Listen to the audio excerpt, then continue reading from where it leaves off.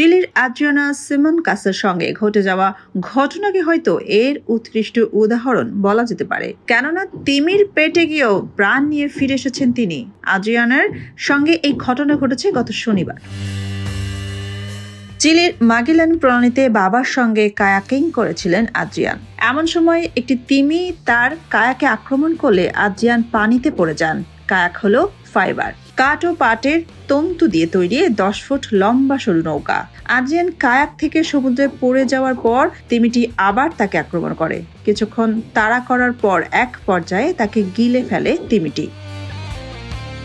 তবে আদ্রিয়াকের ভাগ্য ছিল ভালো, বেশিক্ষণ তাকে তিমির পেটে থাকতে হয়নি। কয়েক মুহূর্ত পর তিমিটি তাকে পেট থেকে উগড়ে দেয়। ছেলে এত বড় বিপদের মুখে পড়লেও বাবা ছিলেন এ সময় একেবারে শান্ত।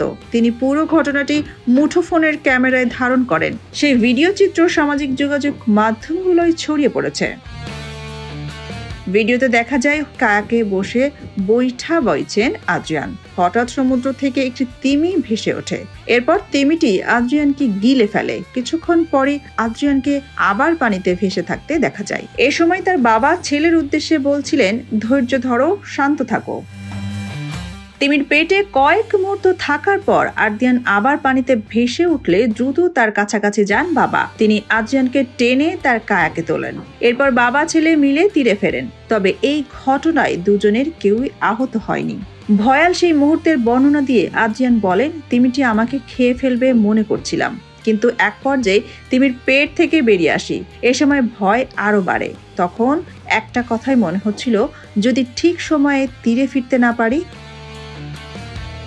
এই সময়টাই কি হচ্ছে কিছুই বুঝতে পারছিলেন না আদ্রিয়ান। বলেন, আমি এমন অনুভব করছিলাম যেন আমাকে উপরে তোলা হচ্ছে, কিন্তু এটি পরিষ্কারভাবে একটি ঢেউ থেকে অনেক শক্তিশালী ছিল। যখন আমি পেছনে তাকালাম, নীল ও সাদা কিছু একটা আমার মুখের খুব কাছ দিয়ে চলে যাচ্ছে। অনুভব করলাম কি হচ্ছে আমি কিছুই বুঝতে পারছিলাম না। এরপর সবকিছু আমি নিচে চলে গেলাম আর ভাবলাম আমাকে গিলে ফেলা হয়েছে।